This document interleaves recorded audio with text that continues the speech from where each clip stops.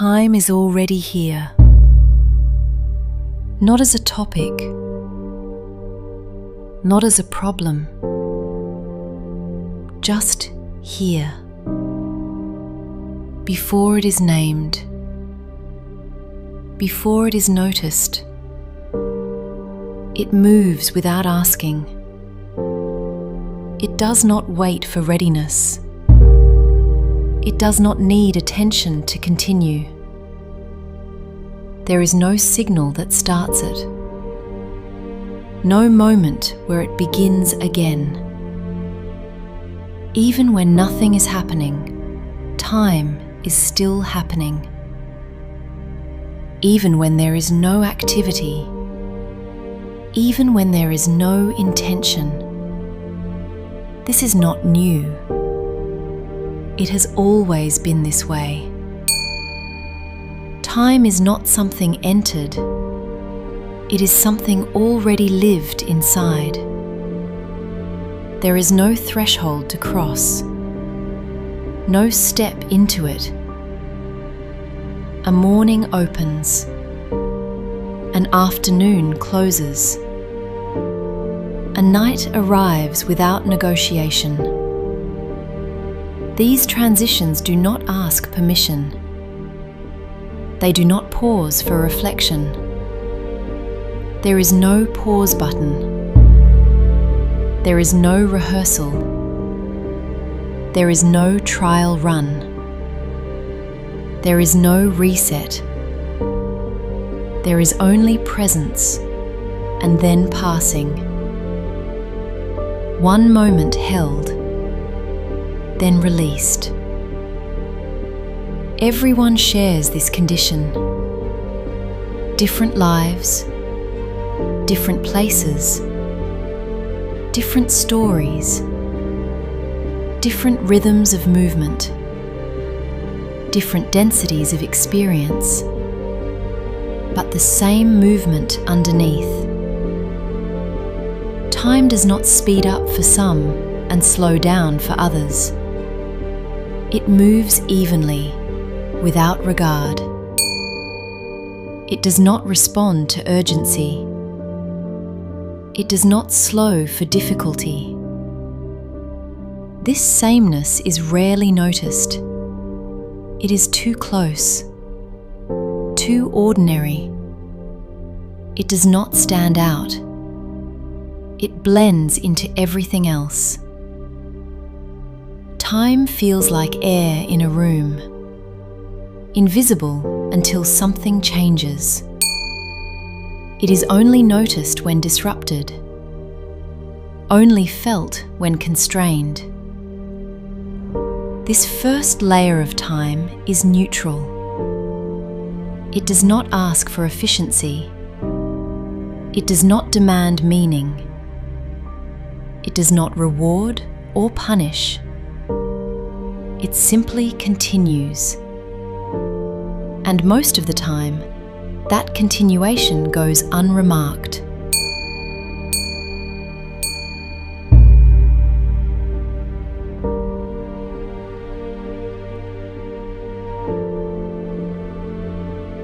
Time also organizes, not philosophically, practically. It arranges without explanation. It orders without argument. Days appear in sequence. One follows another. There is continuity. There is repetition. Morning before evening. Monday before Tuesday. The order is predictable. The pattern holds. Things start. Things end. Beginnings occur. Closures arrive. A conversation begins.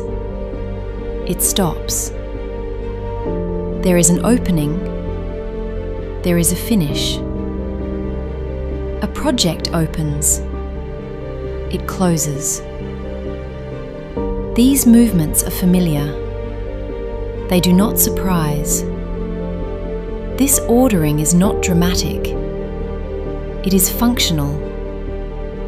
It allows things to happen at all. Without it, coordination would collapse. Meetings happen at agreed moments. Trains depart at set times. Meals are expected within shared windows. These expectations are unspoken. They are assumed.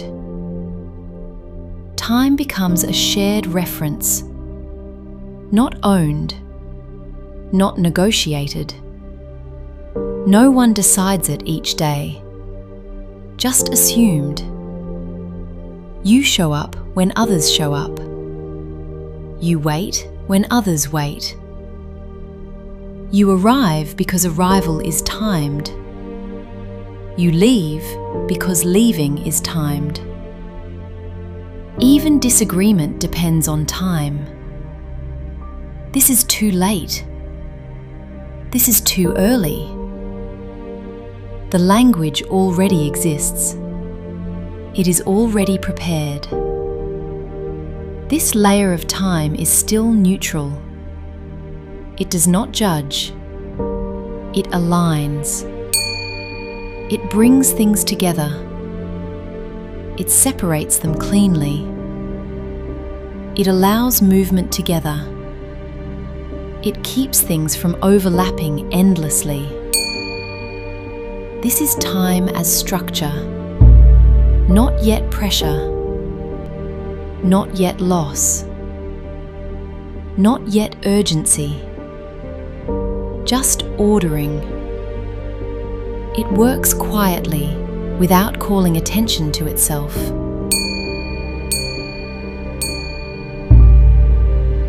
Then something shifts. Not suddenly, quietly. There is no announcement, no clear marker. Time begins to feel limited, not in theory, in sensation, not as an idea, as a feeling.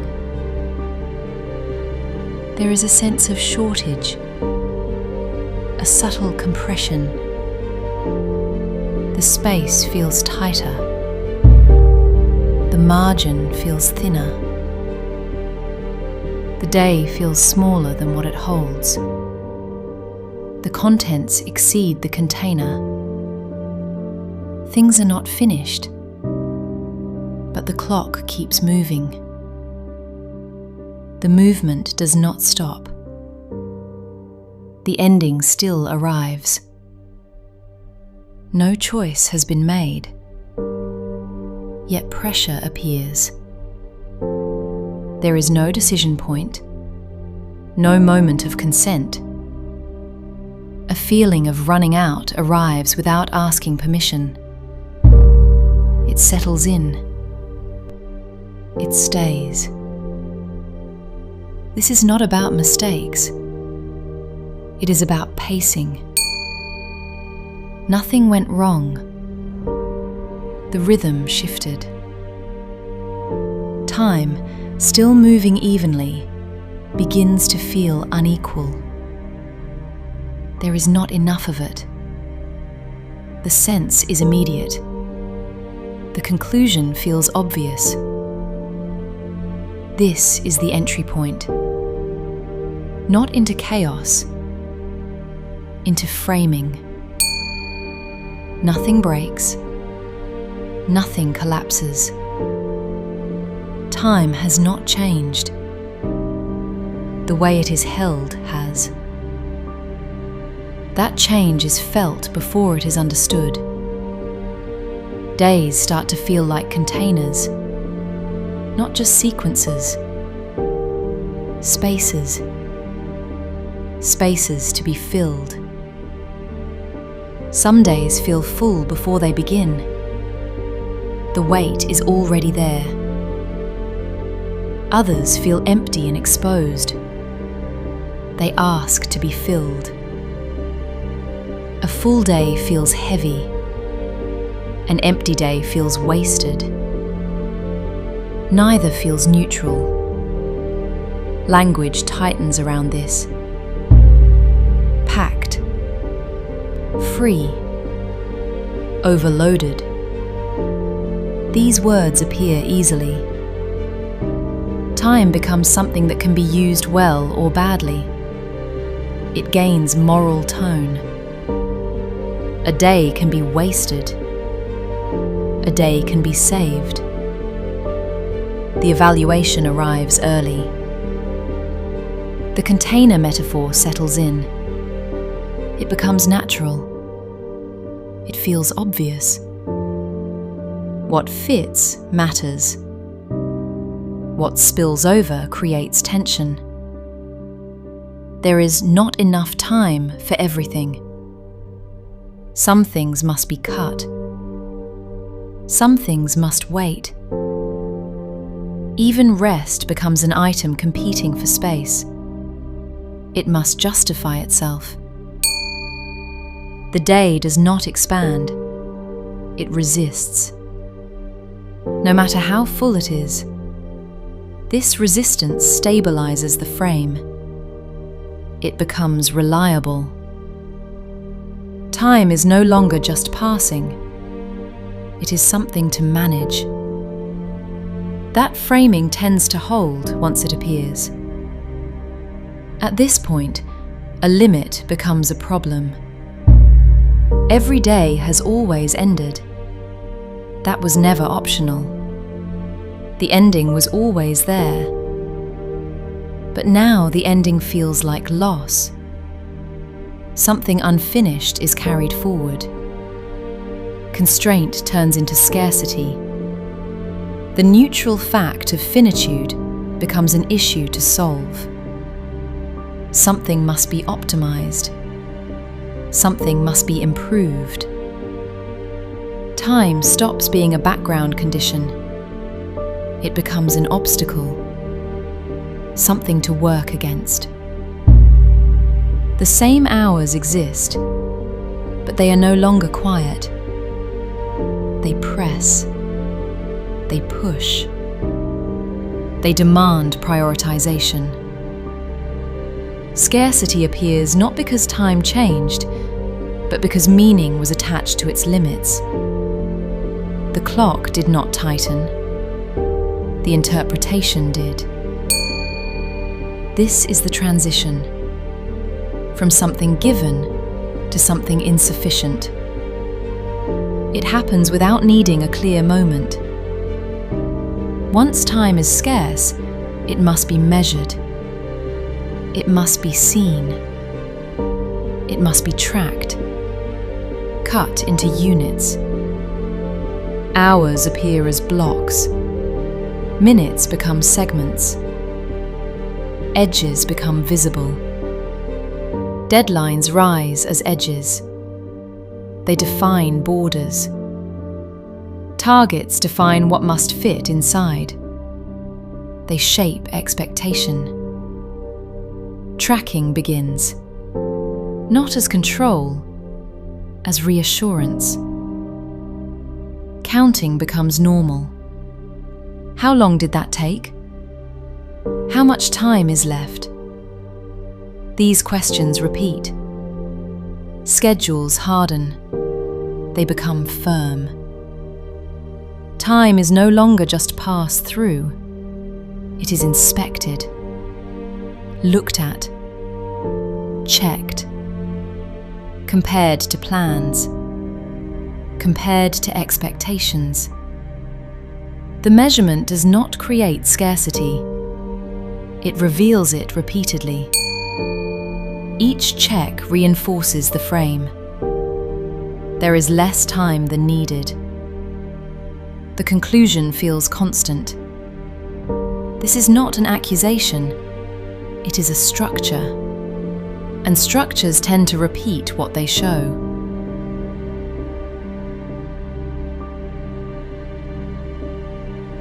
With measurement comes comparison.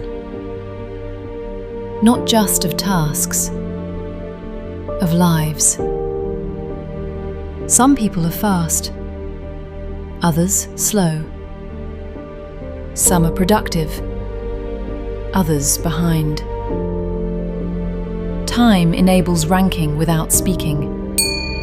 No declaration is needed. Ahead, late, on track. Lives become timelines. Progress is visible. Delays are noticed. They stand out. Even rest is evaluated against output.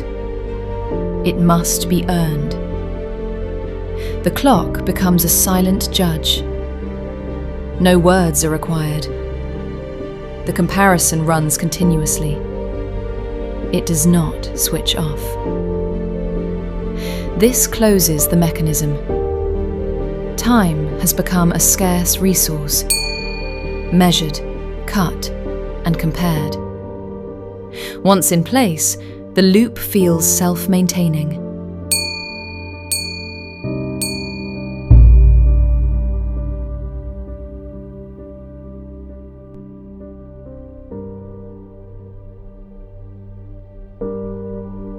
The experience moves inward.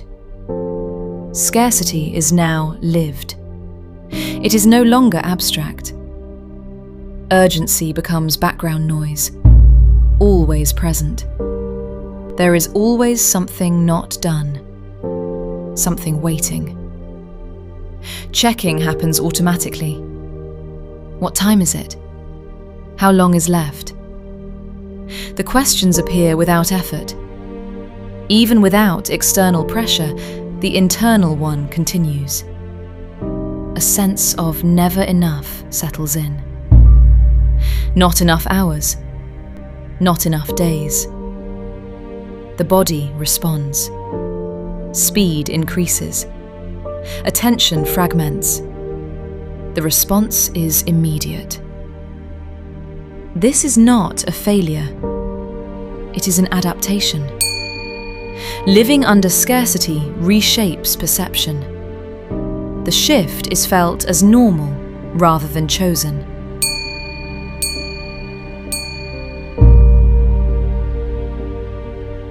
Staying with time does not remove this frame. The system remains. Days still end. Deadlines still exist. Nothing dissolves.